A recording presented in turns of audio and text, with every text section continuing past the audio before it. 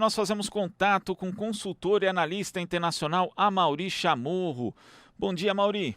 Tudo bem, Glauco? Como é que você está? Um Tu- abraço a todas e a todos que nos escutam.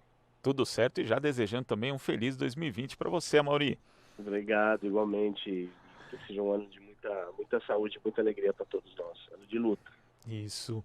E a gente começou, na verdade, com o cenário internacional um pouco conturbado, é até uma, uma análise modesta, né? Em relação à questão do Irã e Estados Unidos, a gente teve o assassinato por parte dos norte-americanos do general Soleimani e agora, inclusive tivemos nesse final de semana o funeral ali com muita gente dizendo que foram 4 milhões de pessoas, a Mauri. O que dá para a gente esperar das relações entre Estados Unidos e Irã a partir desse episódio? Bom, na verdade agora o que se espera é uma reação, uma vingança, né? A gente não, muitas vezes a gente vai ver pela ótica apenas do direito internacional, das relações internacionais, né? Obviamente devemos entender o que os Estados Unidos fizeram contra o Iraque e o Irã, né? Porque também assassinaram um importante líder iraquiano. Foi um atentado, né? Um atentado terrorista. Não é porque você utilizou um drone da Força Aérea que deixa de ser terrorismo. Você assassinar as pessoas do jeito que eles fizeram não muda o que aconteceu. Foi um atentado terrorista por parte dos Estados Unidos, do governo estadunidense, e agora o Irã vai reagir. Quer dizer, tem que esperar, ver, eles não têm pressa, né? Eles já mesmo comunicaram que haverá uma vingança, a palavra que eles utilizam muito é vingança pelo que aconteceu. E é algo muito delicado, porque a região é muito sensível, né? É uma região, o Oriente Médio, onde você sabe há uma constância de guerras, conflitos, quase todos eles sempre por presença dos Estados Unidos, né? Tanto direta ou indiretamente, mas, por exemplo, o Iêmen nesse momento, a Síria, e o que acontece agora é que o Irã vai reagir de alguma forma, não se sabe se direta ou indiretamente, ou seja, se vai realizar sei lá, um bombardeio contra uma embaixada, ou se ele também fará algo contra os sócios estratégicos dos Estados Unidos, que são basicamente a Arábia Saudita e Israel. Então, vamos ver o que vai acontecer, mas a tendência é realmente de uma escalada de violência na região, a partir, obviamente, da reação do Irã ao assassinato de uma pessoa que, era, além de um general, era um herói do país, né? Uma pessoa muito querida, muito querida, muito respeitada, e que era visto não só no Irã, mas fora do Irã também como um herói da árabe, né? Apesar de ele ser persa, muçulmano, ele havia conseguido construir uma relação em diversos países, organizações políticas e também diversas essas derivações que existem, né, do islamismo, né, xiita, ou qualquer outra divisão. Ele conseguia dialogar com todos os grupos e conseguir dessa maneira, por exemplo, armar resistência popular ao exército islâmico, né?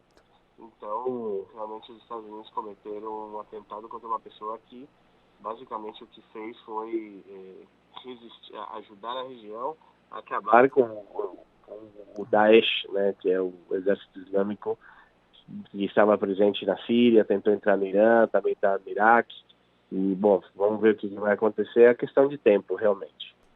E esse é um fator muito importante nessa questão que você menciona do equilíbrio na região, porque o parlamento iraquiano, por exemplo, aprovou ali uma resolução que pede a retirada de tropas estrangeiras do país. As tropas dos Estados Unidos estavam lá justamente para combater ali o Estado Islâmico, inclusive o próprio Soleimani também, as tropas dele estavam lá com essa intenção, e ali ocorreu na prática uma violação dupla, né? Tanto aos direitos do Irã quanto aos direitos do Iraque.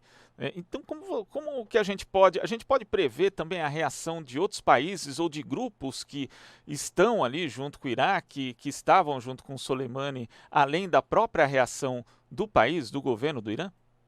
Olha, na verdade, o que aconteceu no Iraque foi histórico, né? O parlamento iraquiano, imediatamente após o assassinato do Soleimani, eh, realizou uma votação que acabou rompendo o acordo de cooperação internacional que permitia que os Estados Unidos e forças estrangeiras tivessem presença militar no país. Então, agora o governo do Iraque vai ter que acabar com essa cooperação internacional e pedir para os Estados Unidos se retirar não só a presença física, né? Vamos lembrar que tem várias bases dos Estados Unidos dentro do Iraque, mas a presença também de operações dos Estados Unidos dentro do país. E aquilo que você falou, né? Na verdade, a justificativa de combate ao exército islâmico também já nesse momento não é mais plausível, já que basicamente a Síria conseguiu derrotar o exército islâmico. Então, a presença dos Estados Unidos no Iraque, que será finalizada a partir da votação que aconteceu no parlamento iraquiano, vai permitir também demonstrar à região que há possibilidade de pressionar politicamente aos Estados Unidos para se retirar da região. Ou seja, de que outros países possam, de alguma forma, exigir que os Estados Unidos fechem as suas brusas. Isso é, obviamente, uma manobra política difícil de ser realizada, já que é uma pressão não só militar, mas também uma pressão econômica, né? Quase todos os países da região têm como principal cliente os Estados Unidos, que é o grande comprador de petróleo do mundo, né, nesse momento. Não só a China, mas os Estados Unidos, ele é um grande consumidor de petróleo e todos esses países do Oriente Médio basicamente exportam seu petróleo para lá. Então, sabemos que poderia ocorrer algum tipo de retaliação econômica por parte dos Estados Unidos e lá, basicamente, seria muito difícil que eles rompam essa relação comercial por uma questão política. Então, cabe ver a capacidade do Irã e do Iraque e dos países da região de enfrentar politicamente e diplomaticamente também os Estados Unidos para pressionar a saída deles da região. Eu acho que há uma possibilidade muito grande disso acontecer, já que Soleimani, ele era realmente uma pessoa vista como um articulador da região, né? Não era só um chefe militar importante, mas uma pessoa que conseguia dialogar com toda a região, independente de você, do Irã, ter ou não uma presença militar física nos países onde ele trabalhava, né? Então, agora cabe ver o que vai acontecer. A cultura do Oriente Médio, não só os persas, mas os árabes também, é muito distinto daquilo que a gente conhece no Brasil, né? Obviamente, eles não falam do assassinato, eles falam do martírio de Soleimani. Ele inclusive, era considerado um mártir vivo, já que ele não só havia sobrevivido a diversos outros atentados, como ele também era visto como um herói do Oriente Médio nesse processo de resistência da influência dos Estados Unidos lá. Então, agora cabe ver como é que vai acontecer. Já o Iraque deu sinais, né? Pode ter uma retaliação que seja política também, e vamos ver. Seria um marco histórico para a região. Realmente, a presença dos Estados Unidos sempre foi negativa. Não há uma história, não há no século XX, no século XXI, qualquer conflito armado na região, qualquer guerra, sempre teve a participação dos Estados Unidos. Vamos ver o que vai acontecer agora.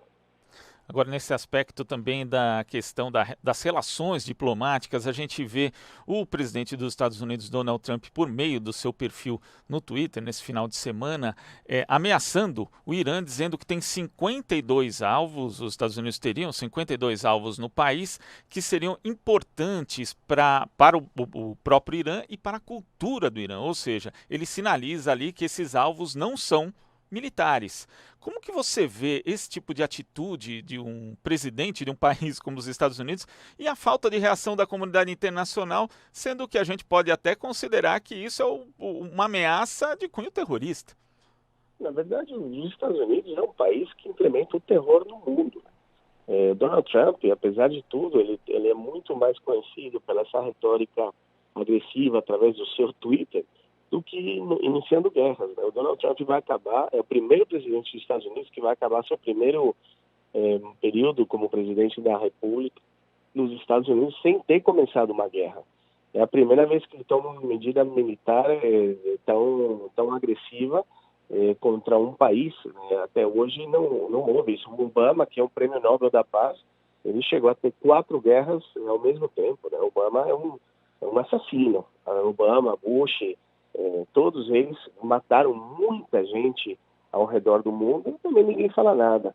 Há uma normalização, isso também tem a ver com essa questão da indústria cultural, né? Se você vê as séries, os filmes, tanto em TV aberta como em TV a cabo, tudo que tem a ver com a cultura dos Estados Unidos tem a ver com a cultura da violência, e as sociedades ao redor do mundo se acostumaram a ver filmes de americanos matando pessoas nos seus países, realizando sequestros, a CIA atuando, fazendo atentados. Normal, é um filme, né? No final acaba um filme, um final feliz, onde o herói salva o mundo do mal maior, que seria, sei lá, seria o Irã, seria a Rússia, seria o Iraque. Na verdade, as sociedades do mundo construíram uma cultura de aceitação de uma presença militar e não só de uma presença militar, mas de uma atuação violenta dos Estados Unidos. Olha o que aconteceu na Bolívia. Né? A Bolívia foi um golpe de Estado financiado declaradamente pelos Estados Unidos. Mataram mais de 30 pessoas, tem milhares de detidos, pessoas feridas, desaparecidos.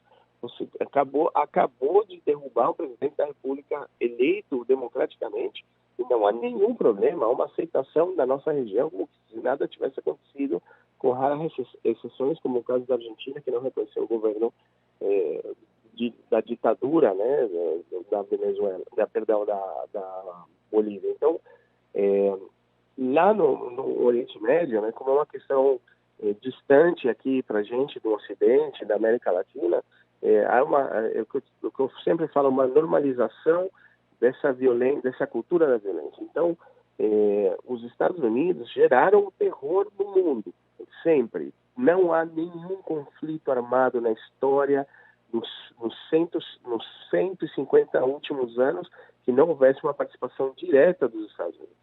Então, agora, nos 150 não, 100 anos últimos, não houve nenhum conflito armado no mundo que não tivesse uma participação direta dos Estados Unidos. Então, a retórica do Donald Trump também tem a ver agora com um momento importante. Eles estão numa eleição, né? Donald Trump está disputando a sua reeleição. Ele falar, ameaçar, dizer que ele vai destruir, por exemplo, patrimônios da humanidade que serão bombardeados, claro que não. Isso demonstra, obviamente, que ele está falando para esse público dele, votante, que é conhecido como WASP, né? É uma pessoa, são White American People, que são as pessoas brancas, anglo-saxônicas, classe média do meio dos Estados Unidos, que são aqueles que o elegeram. Então ele está dando um sinal de que ele é aquele vaqueiro violento, agressivo, com uma pistola na cintura, que está disposto a fazer o que for pelo bem da humanidade, defender essa grande América que ele sempre disse. Então isso também tem uma atitude comunicacional, política, eleitoral nesse momento. Não podemos pensar que apenas tem uma função militar para manter a região sob controle, qualquer coisa assim. Isso também tem uma mensagem para dentro do país.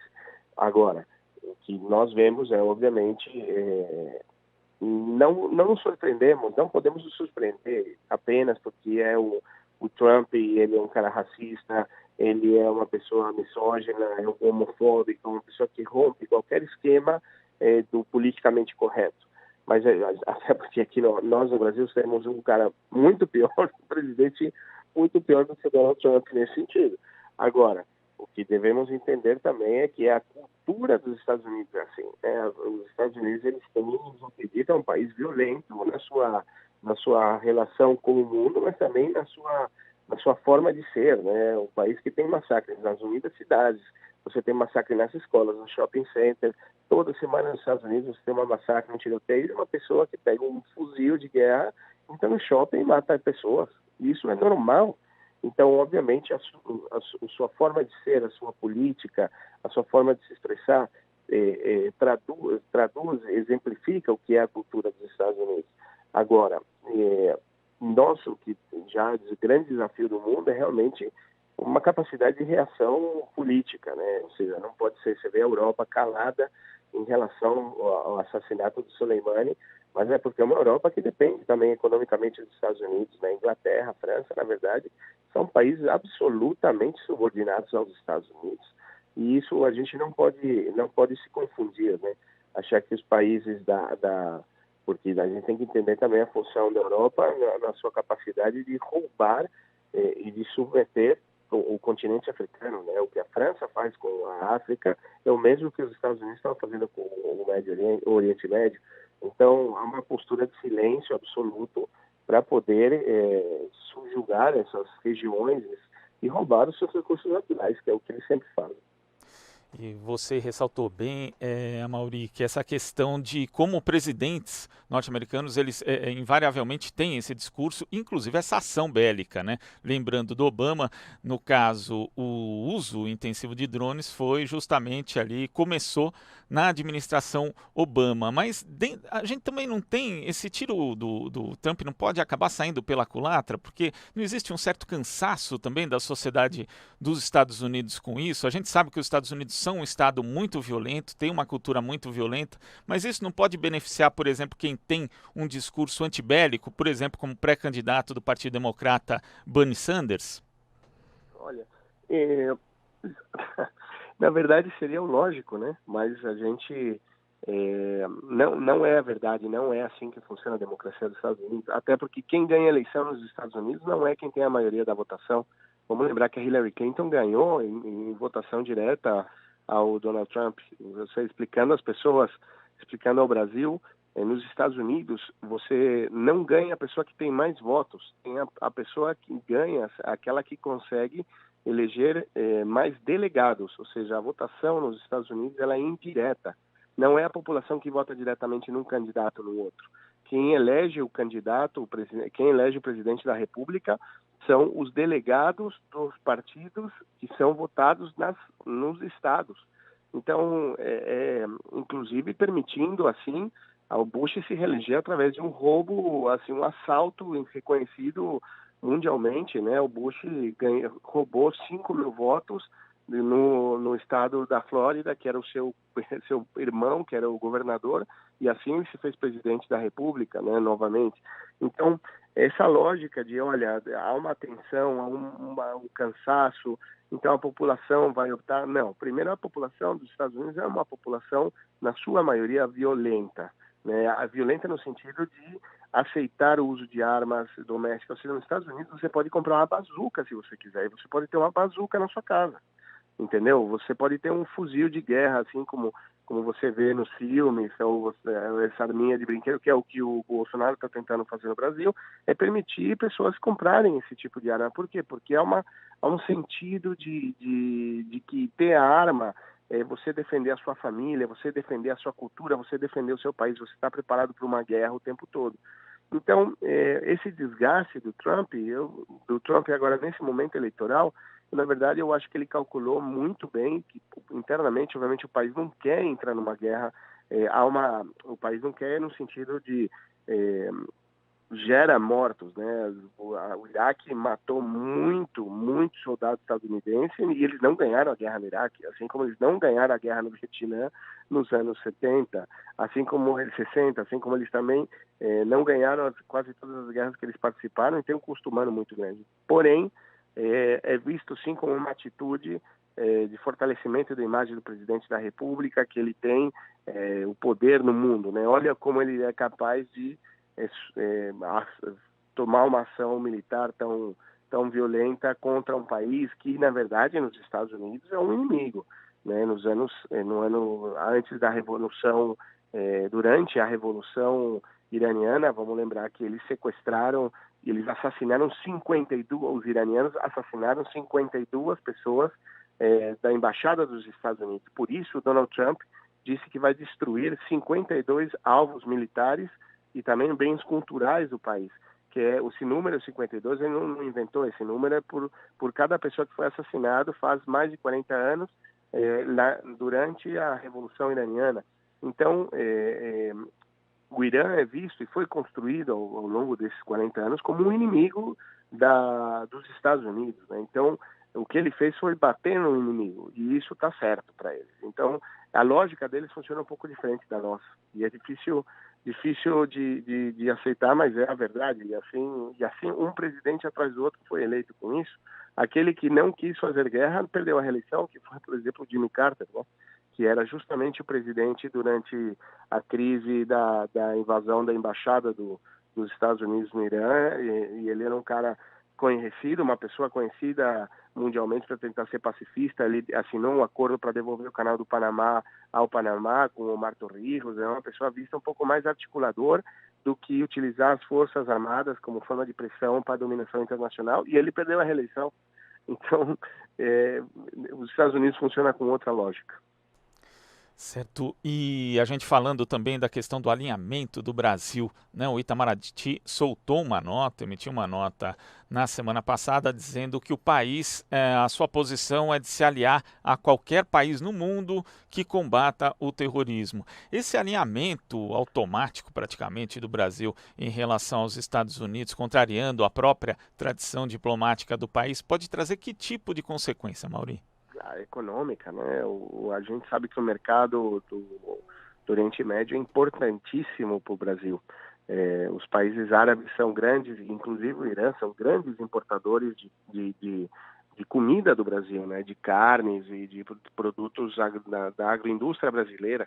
E no caso, se o Irã decidir pela postura patética do governo Bolsonaro de apoiar o assassinato do Soleimani, porque basicamente o que o Bolsonaro está fazendo é apoiar o assassinato do Soleimani, você pode ter uma retaliação econômica, comercial, e isso vai gerar um desemprego no país, no Brasil.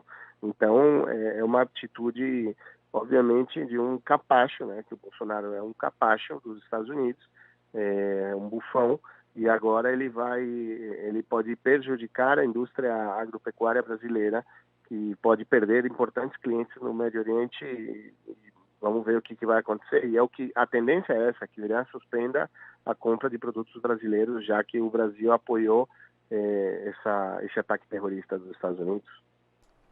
Tá certo. Amaury, só para a gente concluir, a gente não pode deixar de falar aqui da Venezuela, né? Ontem a gente teve a eleição do Luiz Eduardo Parra, integrante da Mesa de Unidade Democrática, como presidente da Assembleia Nacional Venezuelana. Como é que você viu essa eleição e também toda a conturbação ali em torno dela, com o Juan Guaidó fazendo ali um espetáculo midiático? Como é que você viu isso? Bom, na verdade, era natural que isso fosse acontecer, né? O Juan Guaidó, para explicar para as pessoas, né, aqui no Brasil, na Venezuela, todos os anos você elege novamente a mesa da direção do parlamento e também o presidente do parlamento. Então, agora o Guaidó ele disputava a sua reeleição como presidente do parlamento venezuelano. O que aconteceu é que ele perdeu, ele não tinha maioria para se reeleger como presidente e também para ter a mesa diretora ao seu favor. E por que aconteceu isso? Porque o Juan Guaidó, basicamente, o que ele fez durante esse ano como presidente foi não só se autoproclamar presidente do país, que é uma ridiculez, mas também ele conseguiu, junto aos Estados Unidos, roubar a Citgo. Citgo é uma das principais redes de postos de gasolina e de refinarias que existem nos Estados Unidos, que é de propriedade do Estado venezuelano, da empresa da PDVSA, que é como se fosse a Petrobras brasileira. É como se como se a Petrobras tivesse uma grande rede de postos de gasolina nos Estados Unidos e refinarias e petroquímicas nos Estados Unidos. Então, o que o Guaidó, quando os Estados Unidos reconheceu o Guaidó como presidente, o Guaidó ele assinou um decreto entregando a Citgo para os Estados Unidos. É uma coisa terrível. E ele roubou muito dinheiro, ele e o seu grupo político roubaram muito dinheiro. Então, na verdade, o que aconteceu? Aqueles corruptos da direita venezuelana que não fizeram parte desse assalto e que não ganharam dinheiro com esse roubo de Citgo decidiram tirar